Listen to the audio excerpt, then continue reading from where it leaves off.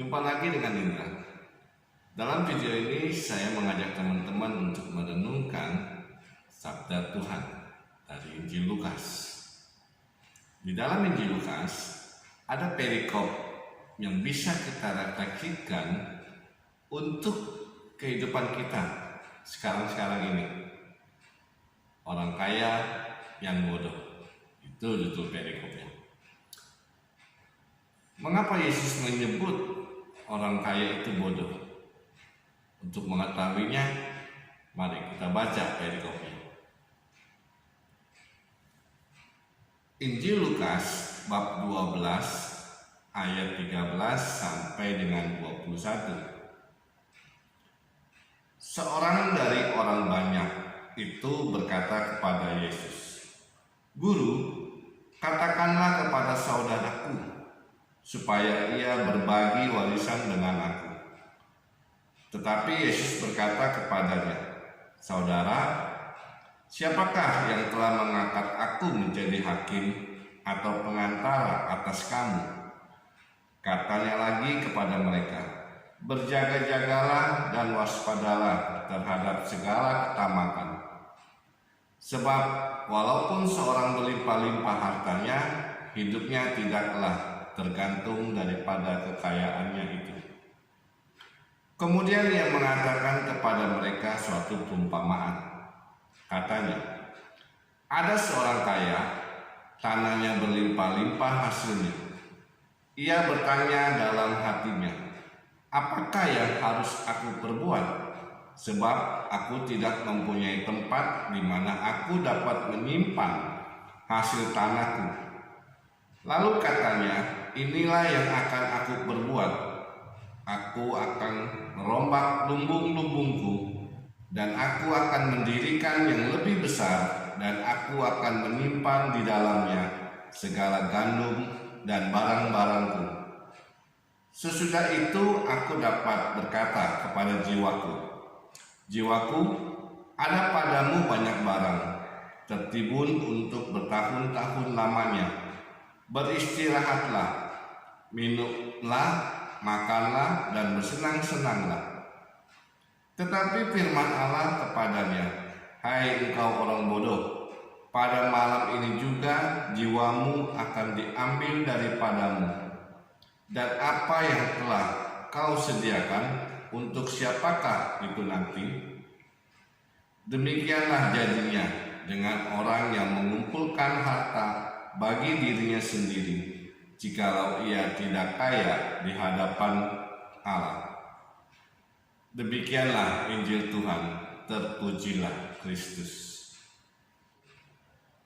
Teman-teman yang terkasih, dalam awal perikop ayat 13, ada seseorang dari orang banyak ini meminta Yesus untuk menjadi pengantara perselisihan antar saudara soal harta warisan. Tentu saja Yesus menolak permintaan itu. Malah Yesus mengingatkan kepada mereka, "Berjaga-jagalah dan waspadalah terhadap segala ketamakan. Sebab walaupun seorang berlimpah-limpah hartanya, hidupnya tidaklah tergantung daripada kekayaannya itu." Di sini Yesus ingin mengatakan bahwa keterikatan pada harta kekayaan itu dapat membahayakan. Lalu Yesus menyampaikan sebuah perumpamaan bagi orang banyak, seperti yang bisa kita baca kembali dalam ayat 16 sampai dengan 21. Di situ mau dikatakan perumpamaan tentang orang kaya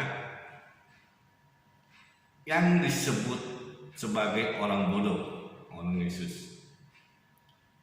Ingat, bodoh di sini bukan berarti dia tidak pandai. Justru dia orang sukses, orang yang giat bekerja dan rajin bekerja dan mengumpulkan uang. Nah, kenapa disebut bodoh? Karena melakukan hal yang fatal. Yang pertama, dia menganggap bahwa harta yang dimilikinya hidupnya pasti terjamin sampai 7 turunan. yang dia katakan kepada jiwanya, beristirahatlah, makanlah, minumlah, dan bersenang-senanglah. Ya. Jadi orientasinya kepada harta. Yang kedua itu orang kaya ini miskin di hadapan Tuhan. Kenapa? Karena dia hanya terfokus oleh hartanya. Ya. Jadi bisa diartikan dia terfokus pada dirinya sendiri, apa namanya, egosentris. Ya. Jadi hanya terpusat pada dirinya sendiri. Dan dia lupa bahwa harta yang dimiliki dalam dunia ini tidak bisa dibawa ke dalam surga. Kalau kita bertanya, kaya di hadapan Tuhan itu seperti apa sih? Kaya di hadapan Tuhan itu berarti kita mempunyai rasa syukur dan merasa cukup, ya. Seperti doa Bapa kami, berikanlah kami makanan yang secukupnya. Di sini merupakan anugerah atau berkat dari Tuhan yang kita terima, yang kita istilahnya menjalankannya, dan kita juga sanggup untuk memberikan sebagian kepada orang-orang yang tersisih, ya, atau yang membutuhkan. Nah, teman-teman yang terkasih, dari perumpamaan ini sebetulnya kita diajar untuk tidak seperti orang kaya yang bodoh itu. Jadi kita nggak boleh kaya dong, atau nanti ada pertanyaan, jadi kita nggak boleh kerja dong? Boleh, kerja boleh, menjadi kaya juga boleh, ya. Kita boleh saja bekerja dan mengumpulkan harta karena kita juga memang membutuhkan, ya, untuk mencukupi kehidupan kita dan keluarga kita sehari-hari. Yang mau Yesus katakan di sini adalah kita harus mewaspadainya sikap hidup kita tentang harta. Ya, seperti ada pepatah, bijaksanalah dalam mengelola keuangan kita.